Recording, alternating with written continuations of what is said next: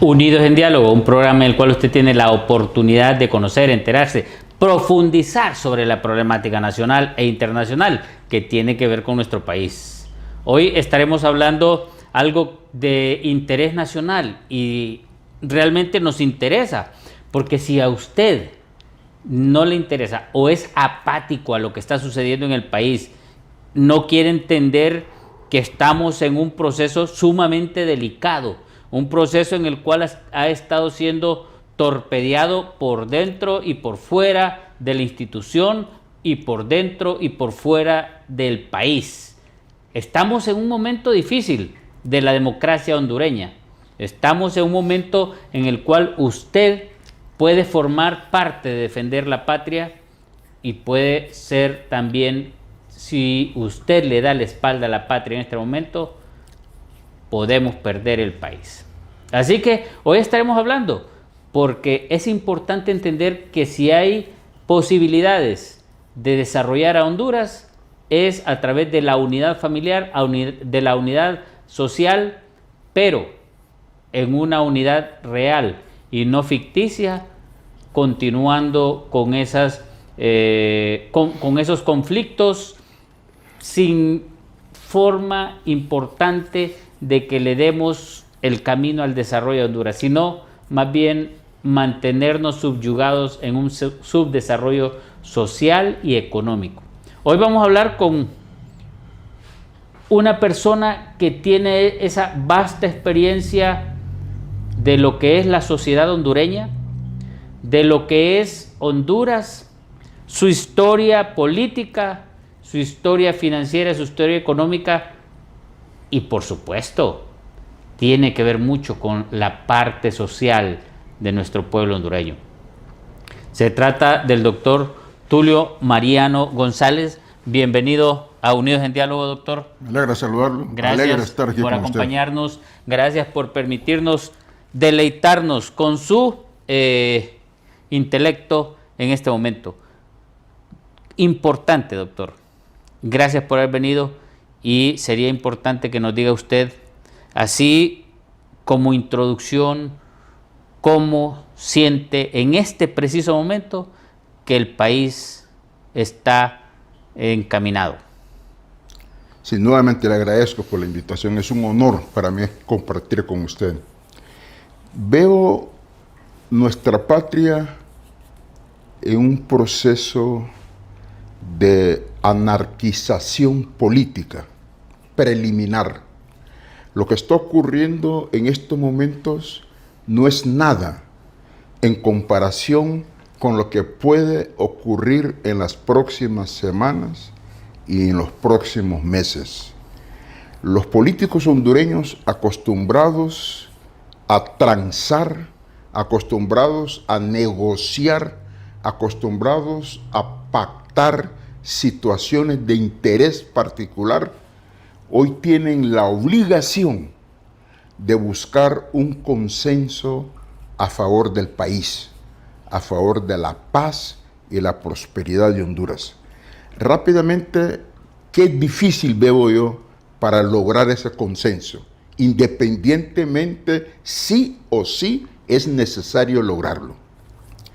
Veo un partido político poderoso que tiene una conducción bicéfala. Dos cabezas, y la más importante no es precisamente ni el candidato presidencial ni el presidente del Central Ejecutivo. Es otra persona que tiene esa conducción primaria y lo secundario son esos dos elementos que acabo de nombrar. Conducción bicéfala. El otro partido tiene una conducción conservadora, centralizada, que también es necesario abrir las puertas para nuevos y más talentos. Y el otro partido tiene una conducción anárquica, lo que genera cada paso que dan incertidumbres. Esos tres grandes partidos, le gusta hablar del bipartidismo. El bipartidismo en Honduras quedó atrás. Hoy tenemos un tripartidismo. Tripartidismo. Por un lado, una conducción partidaria bicéfala. Por otro lado, una conducción partidaria tradicional centralizada. Y por otro lado, una conducción anárquica, personal, familiar. Juntos constituyen un enjambre de alternativas y posibilidades que no hay duda en los próximos días, próximas semanas y un mes más veremos acontecimientos muy complicados si al fin no se ponen a dialogar por Honduras, no para repartir canonjías, no para distribuir privilegios, no. Es para construir consensos para democratizar la sociedad hondureña. Con lo que usted acaba de decir, doctor Tulio Mariano, ¿qué es lo que, por ejemplo, tenemos en la mesa de distribución que el Partido Liberal quiere negociar, lo que el Partido Nacional quiere negociar y lo que el Partido Libre quiere negociar? ¿Cómo ve ese panorama en esa situación última que usted dijo, que no queremos que vayan a negociación sino a dialogar? Pero hay algo que está ahí que están queriendo negociar, cada uno su propio interés. ¿Qué es lo que querrán ellos estar negociando en perjuicio del pueblo hondureño? Todo partido político se funda, se organiza en busca del poder. Todos quieren el poder. El problema es el poder para quién y para qué. No hay duda que es necesario señalar algunas cuestiones. Los datos estadísticos de las encuestas que están circulando, incluso las encuestas mandadas a hacer por los mismos partidos políticos, demuestra que el partido en el poder está cayendo por bajo de 2 dígitos en las próximas 100 horas, en las últimas 100 horas, perdón, en las últimas 100 horas. O sea, que queda con 1 dígito. Sí, está quedando. Y eso genera una desesperación en las altas estructuras del poder de ese partido político. El otro partido, que supuestamente tiene ya varios años de estar fuera del poder, varios años de estar fuera del poder por sus propios errores, por sus propios vicios, por sus propias deficiencias y por sus propias indisciplinas internas. Ese partido tiene grandes militantes con perspectivas, pero la anarquía que ellos les caracteriza está sirviéndole como de ancla para poder avanzar. Y el otro partido, con posiciones un poco tradicionalistas, bastante centralización del poder, están pagando alguna factura por el miedo a la apertura, por el miedo a la democracia, por el miedo a que los talentos encuentren un espacio para que junto con las esperanzas o para que junto con las experiencias puedan crear una esperanza mayor a las grandes multitudes que conforman los votantes. Es por eso que existe la pelea entre 3 gallos de lucha. Doña Paola por un lado, don Marlon por otro lado y doña Cosette por otro lado. Pero ellos son expresiones de la lucha de poder en un nivel más alto. Estos son los voceros transitorios que en cualquier momento puede soltar otro gallo de batalla. Pero los que no quieren soltar son los que manejan los hilos del poder. Esa es la situación que hay en Honduras, llena de confusión, porque señalan a los que están, ¿cómo se llama el lugar donde pelean los gallos? Palenque. Palenque, con el perdón. Pero señalan a los que están en el palenque, pero no dicen nada de los dueños del palenque. Y si queremos hacer un análisis más objetivo, más realista, es necesario ver a los dueños del palenque. Y estos tres gallos, cada uno de ellos también tienen diferente moral y diferente tamaño de dignidad. Hay unos que parecen mercenarios, otros parecen gallos de batalla en la retaguardia y en retroceso. Otros parece una soldadesa de esas que están dispuestos a combatir. Pero lo fundamental es ver los dueños, los que se benefician de los grandes negocios, de los enormes privilegios, de las gigantescas canonjías que produce la participación política. Porque en Honduras hay una confusión que más tarde lo podemos analizar con usted, que cuál es lo primero, como a veces discuten así en los parques, en los barrios donde juegan billares o dominó, etcétera, etcétera. ¿Cuál fue el primero? ¿La gallina o el huevo? Entonces preguntan, ¿cuál es el primero aquí? ¿El poder económico o el poder político? Si usted ve, del poder político brincan a casarse con hijas o hijos de los que tienen el poder económico.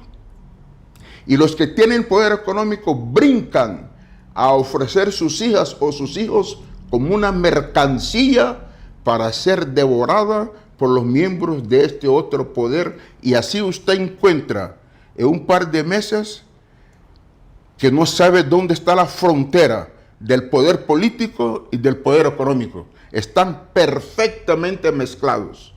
Y unos demagógicamente se acusan unos con los otros. Pero en la cama arreglan todo y en las fiestas de los fines de semana, ahí distribuyen la mercancía y esa mercancía desgraciadamente se llama Honduras. Con eso que usted ha dicho realmente me preocupa, y me preocupa porque entonces nosotros prácticamente tenemos un futuro incierto en Honduras, tenemos la imposibilidad de salir del subdesarrollo, tenemos ese desprecio que esas cúpulas que usted mencionó transpiran y expulsan hacia el pueblo hondureño y hacia nuestro territorio. Y realmente veo entonces un futuro incierto. Y incluso ahí se menciona, hubo un momento en el que están mencionando que las papeletas electorales las iban a hacer en la imprenta oficial del gobierno, pero también salió después de que realmente las hacen en la imprenta de uno de los que maneja uno de los partidos. Un expresidente. Con un expresidente que maneja el partido, y que entonces en su momento decía, bueno, ¿qué es lo que está pasando? ¿Será que a esta gente no le interesa el territorio nacional? Así como, por ejemplo, todo el mundo critica a Donald Trump por lo que está haciendo en Estados Unidos. Pero Donald Trump está atrayendo la inversión a su territorio de nuevo y está fortaleciendo su país en contra de los que estamos fuera del territorio de él. Pero si usted mira esa diferencia entre Donald Trump y los que no el pueblo contra la persona de Donald Trump, lo que está haciendo, y la persona, usted tal vez tendrá la experiencia más atrás, pero mi experiencia es de Suazo Córdoba, Ascona, Callejas, Reina, Maduro, Manuel Zelaya, Micheletti, Pepe, Juan Orlando y doña Xiomara. ¿Qué diferencia tienen esas personas que manejan un país con relación a otra persona que está manejando su país, Estados Unidos? Una potencia. Un país bananero con una potencia, un poderío supereconómico. Claro que hay bastante diferencia. Y lo que es prioritario allá, aquí no es prioritario. Lo que es prioritario acá, allá es terciario, casi insignificante. Pero lo que es común en los dos países es que a veces la masa electoral es emotiva. Si usted se acuerda, en el primer periodo del gobierno del abogado Juan Orlando Hernández, fue un primer periodo de mucha actividad y de mucha aceptación. El segundo periodo, yo creo que sucedieron algunas cosas que los historiadores honestos se van a encargar de describir con exactitud qué fue lo que ocurrió. Pero ya en la segunda mitad del segundo periodo del presidente Hernández, ya fue cayendo algunas circunstancias y su popularidad se vino para abajo. Ya cuando llevaba unos 6 años en el poder, 7, su popularidad había caído. En cambio, este gobierno apenas llevaban 2 años en el poder cuando su popularidad era fatal. Y ahora que llevan un poquito más de 3 años, nadie duda que van a perder las elecciones, si van a haber elecciones en Honduras y si esas elecciones son libres. Nadie duda que lo van a perder. Estos entonces perdieron su popularidad en apenas 2 años. Y cuando hablan de 12 años de poder y un montón de cosas, entonces estos pierden en 2 años y los otros del partido perdieron en 12 años, 10 años de diferencia. ¿Quiénes son entonces los que cargan en su hombro el peso de la deficiencia, el peso de la inoperancia, el peso de los graves errores? Sin duda alguna es el actual gobierno. Y hay un montón de cosas que se le puede enumerar. Voy a enumerar uno tan solo. En 3 años no han podido producir una placa para el vehículo. Eso cualquier ojolatero ahí por el mercado San Isidro te lo hace en menos de media hora. Estos han hecho 2, 3, 4, 5 licitaciones y en 3 años no han podido uno tan solo hacer para un vehículo. ¿No será que la ganó la imprenta nacional y la están haciendo en papel nada más? En estos momentos lo tienen en papel, pues efectivamente. Sí. Por eso le digo, de seguro la ganó la ENAC, la imprenta nacional, sí, y está haciendo las placas de papel. Mire, esa es una de las ineficiencias más escandalosas que yo he visto en el mundo. Que un país no puede licitar fabricar una cantidad de placas para vehículos y motocicletas en general. Eso demuestra la falta de talento, escasez en la capacidad, materia gris habrá que importar de otro lado, experiencia no tienen, algunos jamás han trabajado en su vida, han sido hijos de papi y mami, mantenidos, personas de 40 años, vivían en la casa de su mamá, se casan, tienen hijos, hasta nietos, y están viviendo donde los suegros. ¿Qué clase de funcionarios son esos? Eso es lo que está ocurriendo en Honduras. Ahora la patria exige cambios radicales. Por eso los votantes están pidiendo otra acción. Si existe una coalición entre estos partidos, o si existe una unión o una fusión o una coordinación, lo que sea, 100% que ganan las elecciones.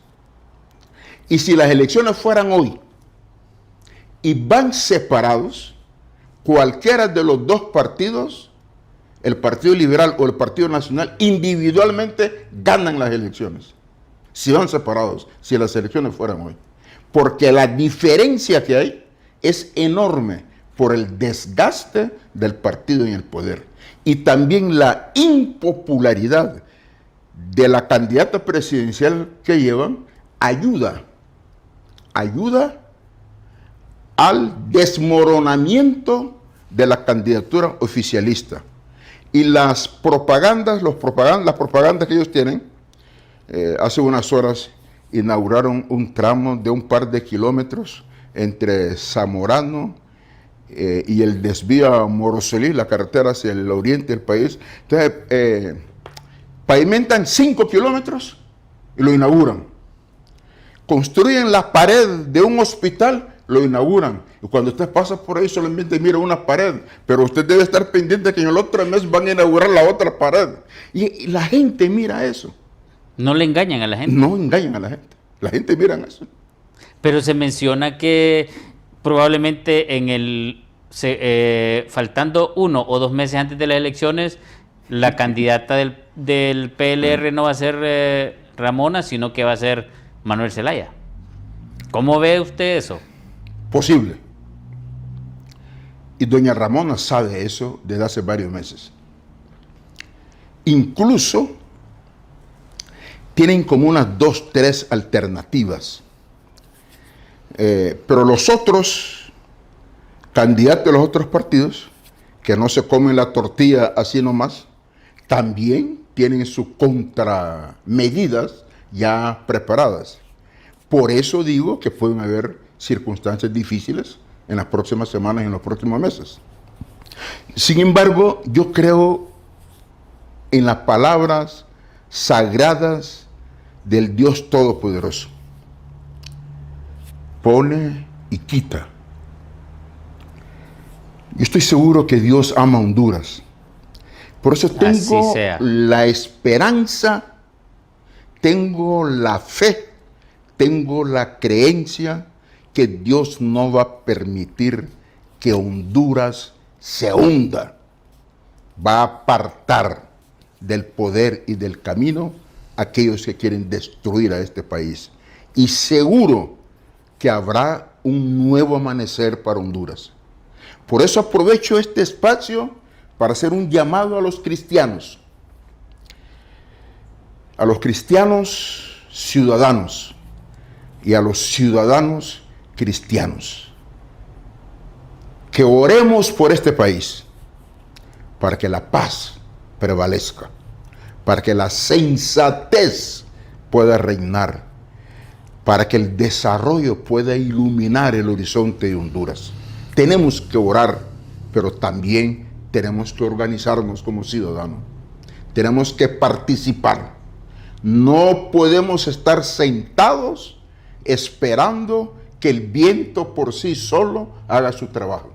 ¿Cómo considera usted, por ejemplo, la amenaza del PLR que a partir del 1 de agosto van a empezar marchas permanentes hasta el día de las elecciones sin salirse de las calles? ¿Cómo mira usted esa amenaza después de que incluso, aunque se vio lo que pasó el 29 de junio, que no movilizaron lo que ellos esperaban? Así es.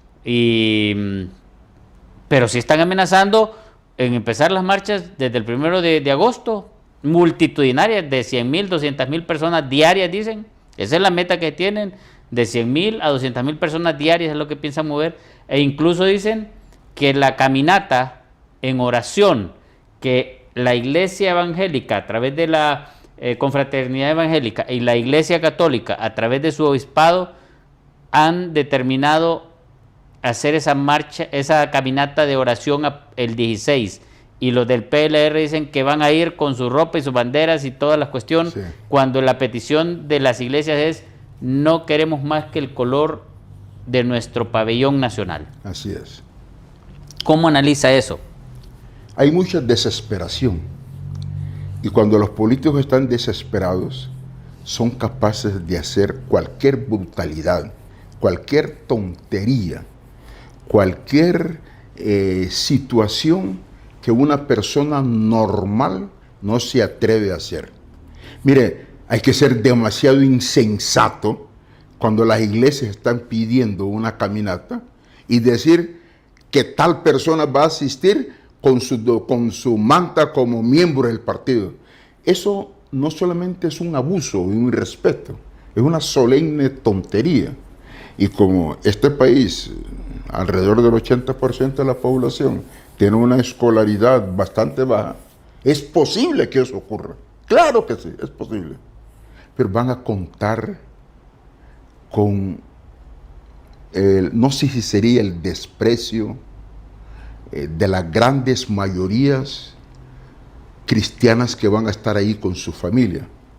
No creo que les sea cómodo a ellos andar allí de esa manera, pero como la holgazanería no da credibilidad, la ignorancia no da moralidad, la tontería no da sabiduría, entonces probablemente pueden andar ahí y no notan que los demás lo están viendo de una manera diferente. No lo van a notar. Pero sin embargo, eso va a contribuir con su propio hundimiento, con su propia derrota. ¿Por qué quieren hacer su manifestación? Háganlo por separado. Simple y sencillamente. Las calles están libres y ya no tienen las simpatías que tenían antes. Ya no poseen esas simpatías. Esa última marcha aquí fue un epicentro del fracaso, la desolación y la falta de organización que demostró ese partido político. De tal forma que el que preside ese partido no fue y el discurso del presidente fue enviado con una USB para que se transmitiera. ¿Cómo analiza eso usted? Porque ellos están convocando a 100.000 o 200.000 personas cada día a partir del 1 de agosto. Eso es imposible. Imposible. Mire, yo he analizado la capacidad de movilización que tiene el expresidente de Honduras, que es el dueño de ese partido político. ¿Usted recuerda cuando entró procedente de un país centroamericano para irse a resguardar a la embajada de Brasil? El intento de ellos era hacer una marcha desde el estadio hacia la casa presidencial. Y no llegaron ni siquiera 1,000 personas. Y habían organizado una movilización masiva. Y yo le aseguro a usted, que si hubieran podido reunir en Tegucigalpa con la gente de afuera, la gente que vivía en Tegucigalpa, si hubieran podido reunir 4,000, 4,500 personas, se van a la casa presidencial, se toman la presidencia de la República. Pero no llegaron ni a 1,000. Entonces no tuvo otra alternativa que hacer que irse a esconder a la embajada de Brasil. Esa es la historia de Honduras. Pero cada partido tiene una retórica, tiene una minuta demagógica, tiene un manual de desinformación y lo repiten, y la gente cree. Pero la verdad es otra. La realidad es totalmente diferente. La historia demuestra hechos y acontecimientos que retractan la realidad tal como es, no como se la imaginan algunos. Don Manuel no pudo llegar a la presidencia de Honduras porque no reunió ni siquiera 1,000 personas en ese día. Y definitivamente entonces, ¿cómo se piensa tener 100.000 a 200.000 personas diarias el 1 de agosto, 2 de agosto, 3 de agosto, hasta el 30 de noviembre? Solo que si quieren paralizar todo Honduras.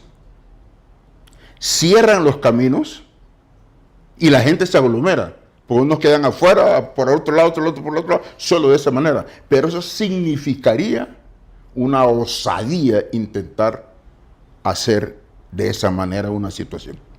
Si quieren cerrar el país, cerrar las calles, cerrar los centros educativos, cerrar los lugares de trabajo, las fábricas y las oficinas públicas, cerrarlo. Entonces, al estar cerrado, la gente se va para la calle y toman fotografía que hay tantos miles en la calle. Eso es para autoengañarse.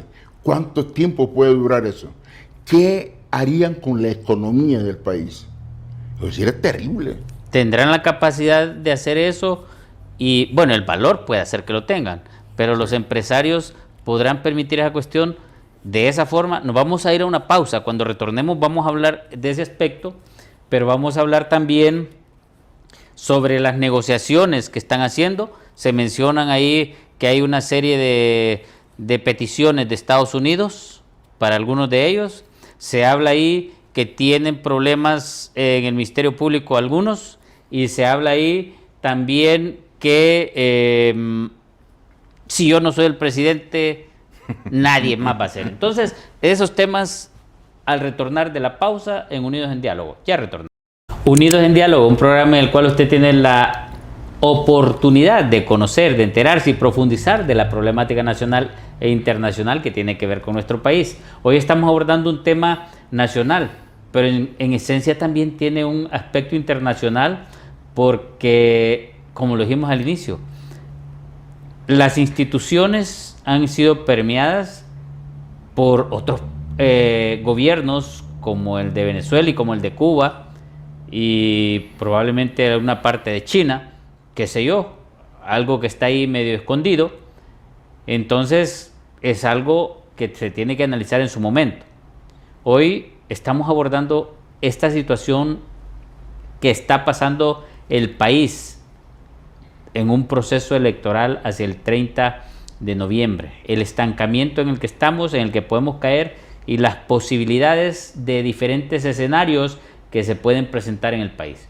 Y para hablar de esto, estamos con el doctor Tulio Mariano González, un hombre de mucha experiencia, un hombre de mucho conocimiento y mucha capacidad de análisis. Doctor Tulio Mariano, lo que habíamos mencionado antes de irnos a la pausa, que en realidad esa parte de la negociación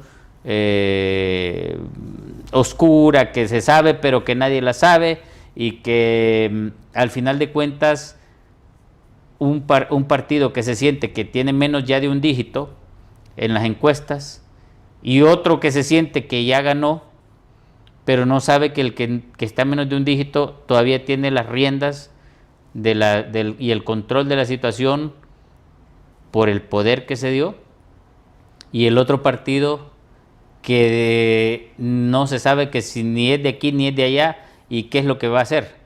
¿Cómo está esa situación? Es una situación bastante compleja, porque tenemos liderazgos volátiles, liderazgos inestables y también liderazgos autoritarios. Mire, voy a dar algunos ejemplos sin mencionar nombre. Aquí hay un partido político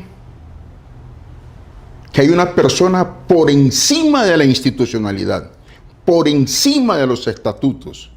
Incluso en las últimas elecciones internas apartaron de la posibilidad de ser próximos diputados a dirigentes relevantes de Francisco Morazán, de Cortés, de Colón, de Olancho y Lloro.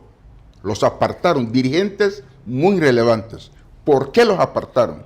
Porque no fueron dóciles de ir a saludar agachando la cabeza al que maneja el partido como su propiedad privada.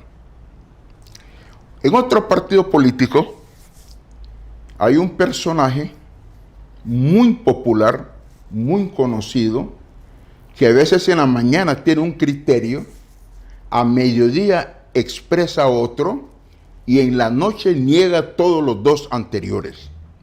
Es una persona que no tiene una base de sustentación que le pueden cuidar las urnas, y está ahí montado en la estructura propiedad de otros dirigentes de ese partido, donde esos dirigentes tienen 20, 30, 40 años de militancia, y este candidato presidencial no llega a un año. El otro partido político tiene una dirigencia que opinan muy poco, hacen muy poco propuesta, dicen que no confrontan, solo trabajan y solo actúan, que sin duda alguna esa conducta probablemente le da algunos resultados, pero la dinámica social exige una reingeniería total para todos los partidos políticos en general. Y como cada uno tiene esas enormes limitaciones, y no sé si la decisión o la capacidad para introducir cambios, eso demuestra una montaña de incertidumbre que tenemos para el futuro cercano. Montaña de incertidumbre, de posibles sorpresas, incluso cambios en algunos dirigentes que van de candidatos presidenciales. Pero más de los tres, hay un partido que yo puedo decir 99% de seguridad que la persona que está como candidata no va a llegar por muchas semanas como candidata. Esas son inestabilidades que generan preguntas, y muchas preguntas sin respuestas en estos momentos. Y la costumbre antidemocrática que hay en Honduras, en todas las elecciones aquí, hay unas barbaridades que se ocurren en las mesas electorales. Si hubiera respeto a la democracia, muchos candidatos a diputados no lo fueran, muchos alcaldes no fueran alcaldes, si se respetara la voluntad popular en las urnas. Pero hasta este momento, hasta esta fecha, hasta este día, no hay una tan sola propuesta para garantizar la transparencia electoral. Una tan sola propuesta no hay. Cada quien está trabajando para defender su partido, para que su partido gane. No defender el voto de la ciudadanía para que triunfe el que ha sido favorecido por el veredicto popular. Bueno, vamos a abordar un poquito más ese tema del Consejo Nacional Electoral y en defensa de la democracia y los votos, pero antes de eso hay unos posibles escenarios que se manejan a nivel de algunos sectores de la sociedad, incluso algunos sectores de la sociedad civil anduvieron y han hecho algunos comunicados. Entre esos comunicados, si no se me olvida, de esos posibles escenarios, uno es un autogolpe o golpe de Estado, otro escenario es el fraude electoral que logre sus objetivos como tal, como fraude electoral. El otro escenario es generación de violencia y una guerra civil.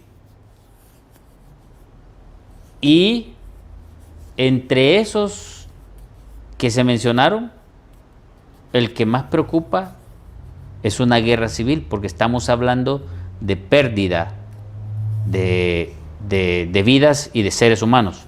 Pero son los tres posibles escenarios, entre otros más que hay, que en este momento son los que me acuerdo, como le menciono: autogolpe o golpe de Estado, lo que es el fraude bien montado, que saquen ganancia, y el otro es una guerra civil. ¿Cómo analiza usted esos tres panoramas? Yo lo veo así, sencillo.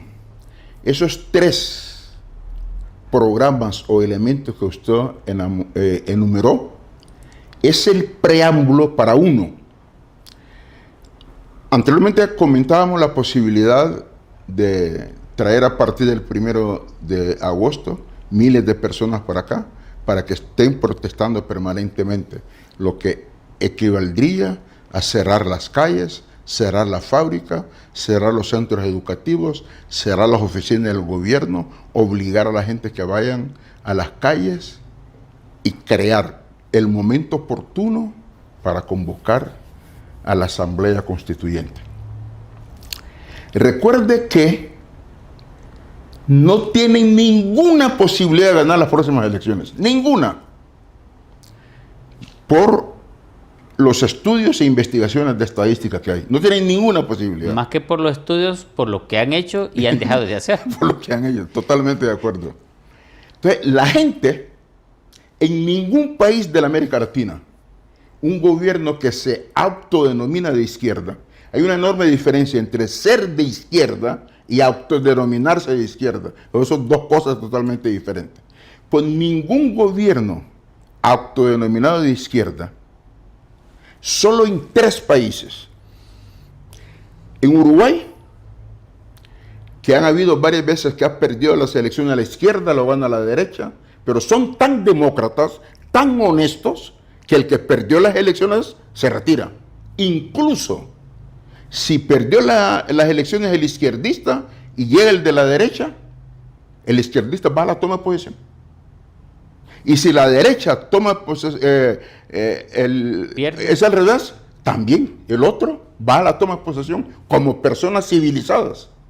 Aquí en Honduras han habido elecciones donde todos son de derecha y no llegan a la toma de posesión solo por cuestiones del subdesarrollo mental. El otro país donde ha existido eso, primero es Uruguay, luego Chile. Chile hace 2, 3 años murió el presidente Piñera en un accidente aéreo. Él es piloto, ¿verdad? En un accidente. Piñera fue presidente 2 veces y luego perdió y volvió.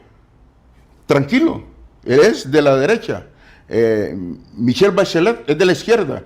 Fue presidenta, perdió, se fue a trabajar con las Naciones Unidas, regresó, ganó. Y no hay problemas. Eso es personas civilizadas. En Brasil hubo un intento de golpe de Estado, metieron preso al presidente Lula da Silva, salió de la cárcel, ganó la presidencia. Ahora el que quiso meterlo preso, Bolsonaro está en la cárcel en estos momentos. La democracia así es. Pero aquí en Honduras, aquí en Centroamérica, eso no ocurre. Quieren permanecer en el poder a costa de cualquier cosa. Y eso no se puede descartar en Honduras. Porque el poder contamina, el poder emborracha, el poder brutaliza. La gente mire, aquí hay personas, aquí en Tegucigalpa, ministros, viceministros, que andan en carros blindados. Y andan perseguidores, 2 carros blindados y uno adelante. En un país pobre como este. Eso es un abuso. Entonces, ¿usted cree que un ministro que ande 4 carros, un montón de guardaespaldas, va a querer dejar el poder? No. Por eso están desesperados.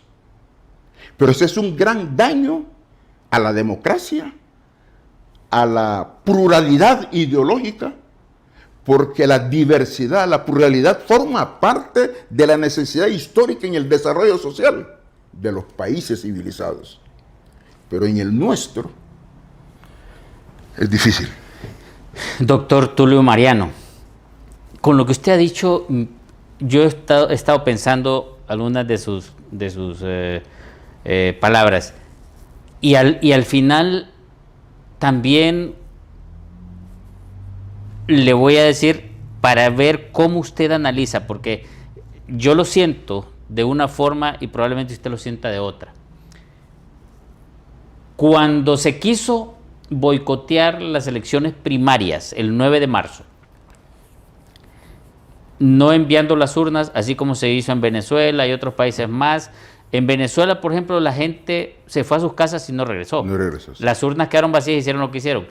Y en otros países generó violencia y dieron autogolpes de Estado. Sí. En Honduras, la gente regresó y no se pudo dar un autogolpe de Estado. Sí. Entonces, ¿qué mensaje le caerá eso a los que quieren perpetuarse en el poder en ver la diferencia de un pueblo hondureño en ese sentido? ¿Cómo cree usted que se sienten después de ese rotundo fracaso en el manoseo de esas elecciones primarias? Mire, ese que ocurrió ese día es un aprendizaje para todos. Yo le voy a decir que yo observo algunos elementos políticos desde niño. Yo recuerdo muchos detalles del golpe de Estado de 1963. Y he observado, incluso he sido observador en elecciones en diferentes países de Latinoamérica y he estado en algunas elecciones en otros países del mundo.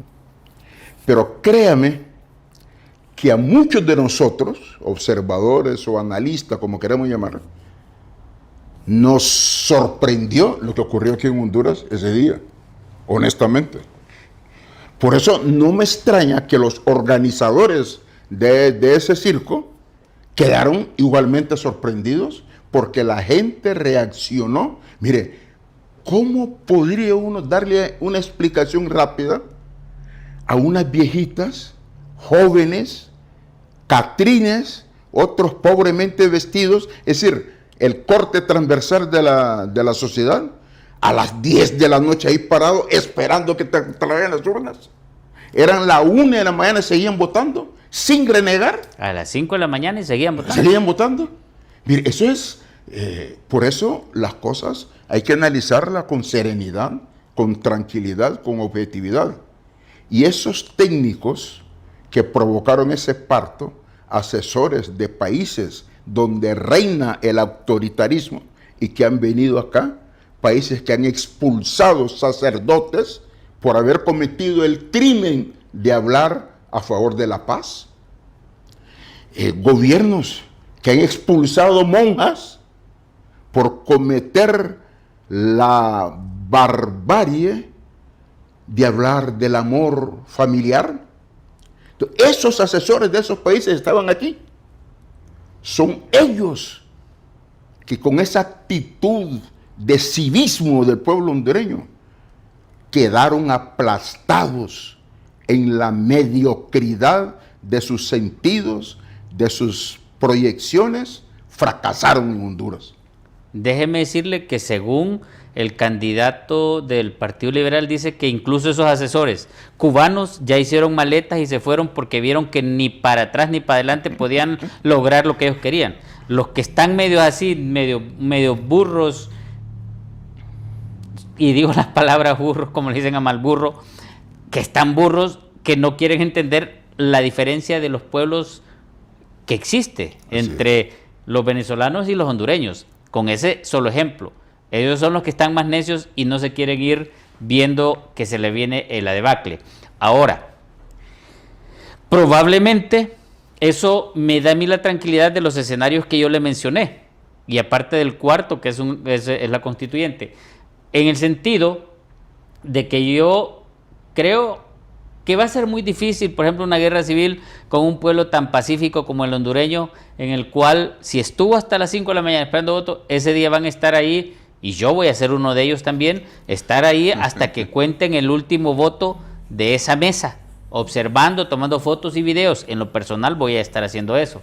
Y yo invito a la población en general que lo hagamos en cada una de nuestras mesas para cuidar y proteger nuestros votos y evitar y tomar foto del acta para que quede evidencia, así como quedó en Venezuela con las actas que tenía María Corina Machado y Edmundo González, donde se demostró que fueron los ganadores reales. Pero esto no implica que los que ya se sienten pasos de animal grande y que se sienten de una u otra forma con esos números, menos de un dígito, entonces, menos de 2 dígitos, perdón, y que quedan en un dígito, se sienten que están obligados a hacer algo. Y entonces queda el siguiente panorama del autogolpe y de la constituyente mediante un relajo que quieran hacer. No lo pudieron hacer el 9 porque estaba programado para el 9 de marzo. Así es. Y no lo pudieron hacer por la forma en cómo el pueblo hondureño se portó. Pero, ¿cree usted entonces que todavía tendrán el valor estos de seguir esos pasos? ¿O el pueblo hondureño tendrá la capacidad, juntamente con la sociedad civil y las iglesias unidas? ¿En qué país del mundo ha visto usted que la iglesia católica a propósito y la iglesia evangélica se han unido en un propósito como esto? Sí. ¿En qué país? Yo no tengo, y he buscado en diferentes lados y no he visto en ningún país que se haya unido la iglesia católica con la iglesia evangélica por un propósito de la paz y la defensa de la democracia en un país como acá. Son panoramas que sería bueno que usted los analice y nos lo comente con esa experiencia que usted tiene realmente, doctor. Efectivamente, con aquella tesis, la doctrina social de la Iglesia, en la década de los 70 y la mitad de los 80, en Sudamérica y aquí en El Salvador, gobernó la democracia cristiana. Y hubieron muchas alianzas, muchas participaciones, pero hasta este momento no recuerdo, ni en los textos he encontrado, la unión entre la iglesia evangélica y la católica para una acción de esas, todavía no. Casi siempre eran católicos los que participaban, más donde estaban los famosos sacerdotes jesuitas. Había más como activismo social, activismo ciudadano. Era sacado en la iglesia a las calles, con el pueblo, tal como hacía Jesucristo en sus caminatas, de comunidad en comunidad. Sí, vale la pena estudiarlo, vale la pena investigarlo.